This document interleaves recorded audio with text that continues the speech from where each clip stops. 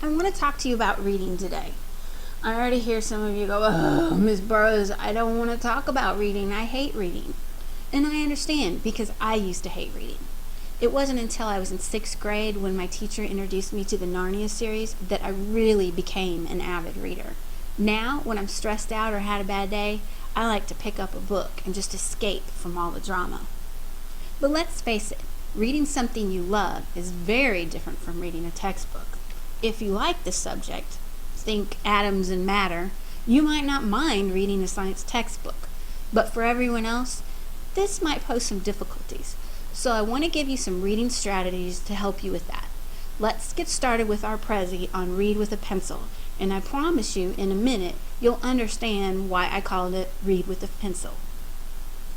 The first thing that you need to know is that just because you read something doesn't mean you understand it. I have read a whole page before. Okay, let's be honest, I've read a whole chapter before and got to the end and thought, I don't have a clue about what I just read. So, what I'm saying is reading is more than just words. Well, you're probably asking yourself, what does that mean and how is this going to help me? Well, good readers have strategies, and I found a video that will help you with these strategies.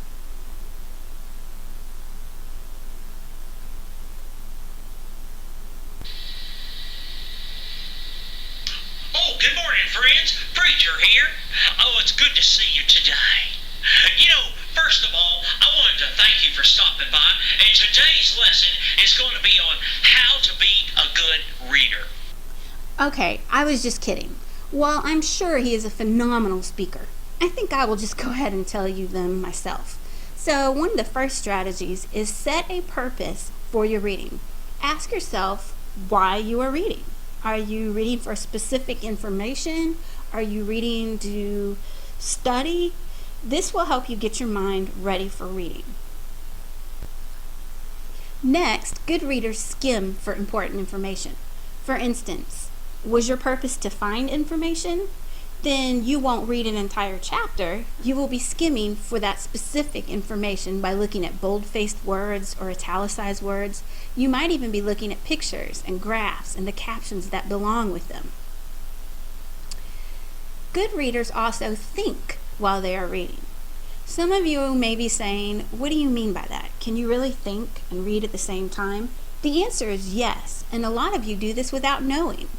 Have you ever read something and thought, I would like to know more about this, or that's pretty funny, I would love to share that with my friends? Guess what? You were thinking and reading at the same time. Okay, as I said earlier, textbooks and informational articles can be difficult, so I'm going to show you some marks or annotations that you can use while you are reading to help you with your understanding. You will definitely want to have these in your Cornell notes because we will be using these all year long. These marks are made in the margins of your paper to help you with your thinking and understanding of the text. The first annotation is a check mark. Really simple, it means, hey, I already know this. This might come in handy if you are studying and wanted to keep track of those passages you needed to spend more time on, or the ones that you felt you didn't need any additional study time for.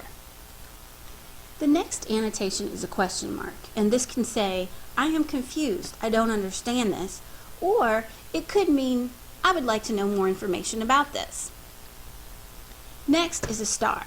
You will use this when you come across something important in your reading.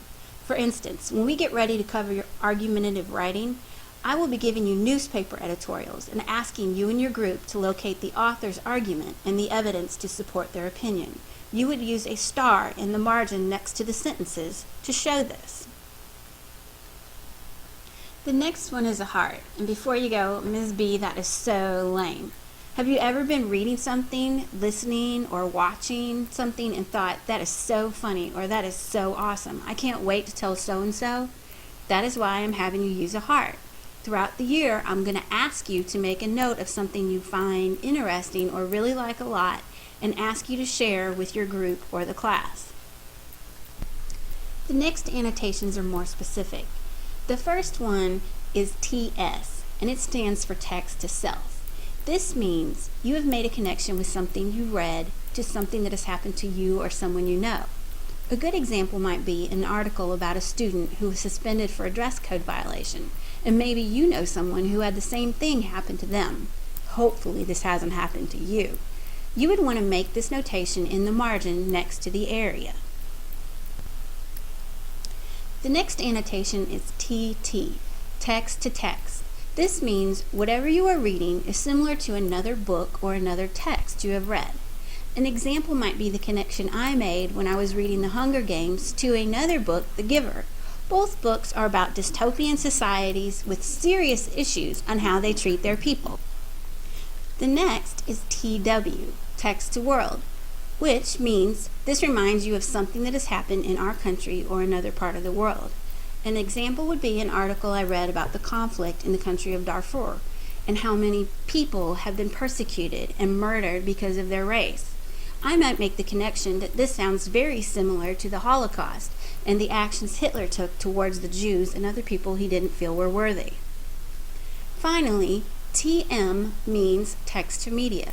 Let's face it, we are a media-driven society. We like computers, we like cell phones and our iPods.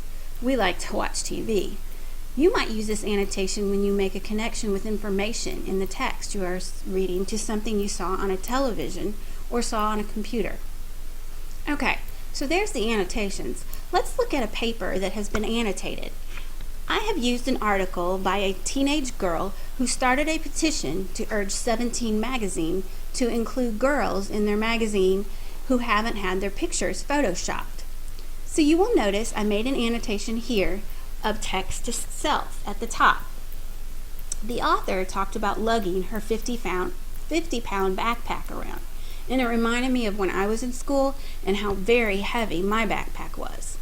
Notice the information isn't important to everyone, but I am making my own connections with what I read. I also made a couple question mark annotations in the left and right margins. One was because I had never heard of the group that she started, and I wanted to know more about it. And the other one was because I didn't understand how Photoshop worked, and I wondered how that worked as well. Notice I made a heart annotation. This was something the author said that I thought was pretty awesome. I also made a star annotation because this was a very important section. These few sentences were really summed up the explanation for the whole purpose of the petition she created.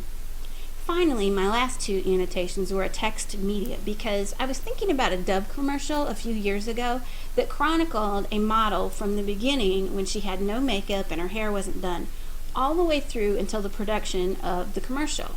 She didn't look anything like herself, and I thought this was similar to what our author was trying to say. And the last one was text to world because the author talked about all the reporters shoving microphones in her face and asking her the same questions. And it reminded me of our president or a movie star who is constantly bombarded with questions by the media. So that's just a brief glimpse of an annotated text. There are a few last strategies that you can use.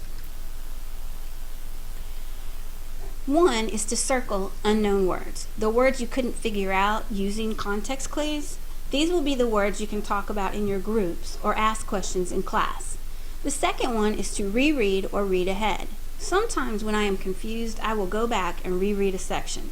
If that doesn't work, I will read ahead and see if there are any clues there. Another great strategy is to summarize what you have just read. If you can do this, the understanding is there.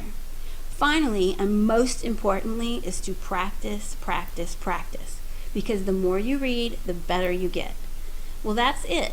Bring those notes to class tomorrow because we are going to be using those annotations I've just given you as we look at a newspaper article. See you tomorrow.